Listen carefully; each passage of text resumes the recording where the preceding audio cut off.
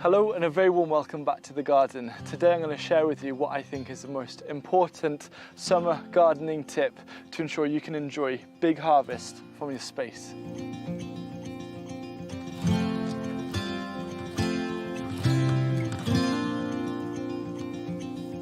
So this video is heavily inspired by a video that I saw on the No-Till Growers YouTube channel, and it's actually the thumbnail. On the thumbnail it said, "Just keep planting," and I thought, you know what, that is the tip of summer. So the thing about midsummer onwards is literally every day you come to the garden, there's just more and more growth. So many things are coming through. This is buckwheat, and I've also got chocolate sunflower. And it's really easy to get caught by all of this growth, but it's also crunch time because we're starting to quickly run out of time where we can put new plants in the ground.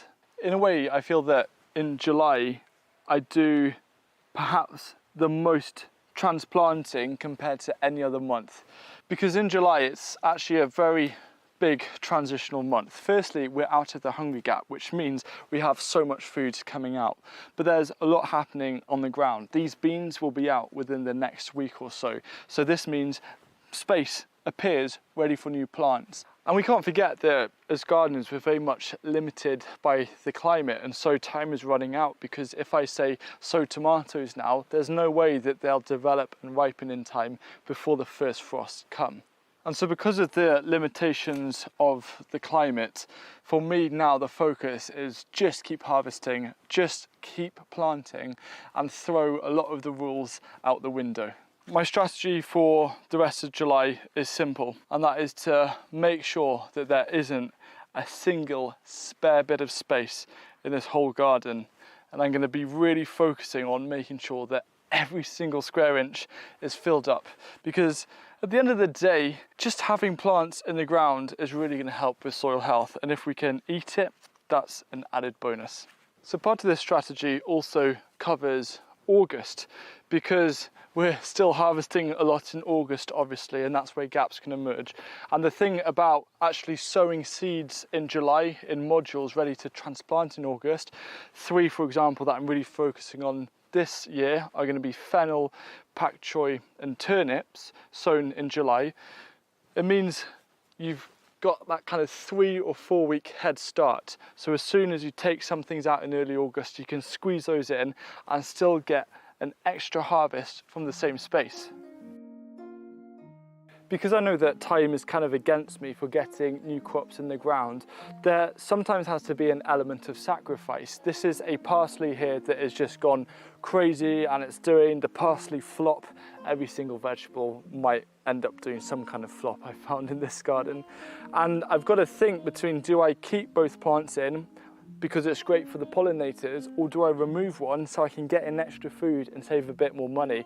And this is just, there's no right or wrong answer for this. This is just a kind of a thought or decision that you should apply in your own space. One distinct advantage of July and August is because there's so much growth happening, it's actually creating microclimates within the garden. On this side of this Atlantis broccoli, there's actually quite a nice bit of shade. And this is perfect for growing things like lettuce, which in the full summer sun is not going to cope very well, and it runs a risk of bolting or running to seed. What that also means is if you've got a shady side, you'll also have a sunny side. And I've decided to plant a pumpkin here, which is going to make the full use of the sun, and I'm either going to train it up or down and around and just along, and see if I can grow any pumpkins in the small space. Yes, it will confine the pathway a bit, but I'm willing to sacrifice a bit of pathway space for some more food. Another really important thing to help you enjoy nice harvests, and I've got the carrots coming in now, which is really exciting, is to actually think about preserving. Because what I could do is I could leave these carrots in here and they can occupy the space, or I could harvest them, preserve them, and then I could sow or plant another crop. So one of the most effective and delicious ways of preserving your harvest is actually using fermentation. There's so many ways that you can apply fermentation using homegrown produce. And last year, my colleague Sam and I, we created a kitchen garden fermentation online course. And we've tried to make it as accessible as possible to teach you in around 12 lessons, around 12 recipes, how to start fermenting your produce and unlock new flavors, new experiences, and I really hope you enjoy. So there's a link down below if you're interested in taking it. Here's an example of just trying to fill in as many gaps as possible. I've got some outdoor cucumbers here, which we're going to create a pyramid style frame for these. But I've got some quinoa plants that I've got from our other garden project. So I'm actually going to plant these in here and plant a nice row along the edge of this bed just to see what happens. And you know, if they fail, at least it'll look really cool. Showing you another example here, I can put in a row of leeks because these are dwarf beans, and the useful thing about them is that they're on a single stem, so they can flop over and away from these leeks. So I'm going to put a nice row here. These are winter giant leeks that I can harvest and enjoy from around late November onwards. There's quite a few things happening in this area here, and I've got some pak choi seedlings. And this row of direct sown Celtis right at the end, it didn't germinate. Not sure what happened there, but it's an opportunity for me to put in about 5 different pak choi plants and then fill this up with a bit more food and still squeeze in a harvest before the really cold weather starts to come. A nice habit to get into is as you're watering these new plants that you're putting in and just anything that's growing, to start adding a little bit of any kind of liquid amendments that you've been creating. You've probably seen it if you've been watching my channel this year. I've been using a lot of those.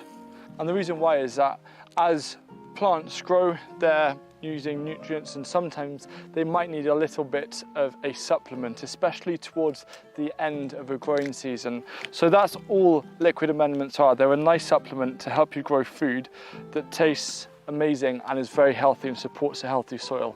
And I'll show you an example of feeding cucumbers at the other site using a nettle feed. They've basically tripled in growth in about a week. It was insane. So here we are in our other garden, and this is literally cucumber city. These are just going absolutely nuts. Every single day we come here and there's more cucumbers coming out. And I think the thing that's really helped with this is actually feeding it with a nettle feed. And we've been using that regularly over the past weeks, and we've also mulched them with grass clippings, but they absolutely love it. So just adding a little bit of supplemental feed here and there to, if there's any nutrients they're lacking, to make sure that that area is covered, you then get really healthy, productive, high-yielding plants like these. July is a month where you just keep on planting. You want to get as much food and enjoyment from your space as possible. If you're new to growing or you're unsure about perhaps the best ways to utilize smaller spaces within your garden, this video, which I made last week, is going to give you all of the tips and the strategy to make sure that you're making the best use of every single square inch.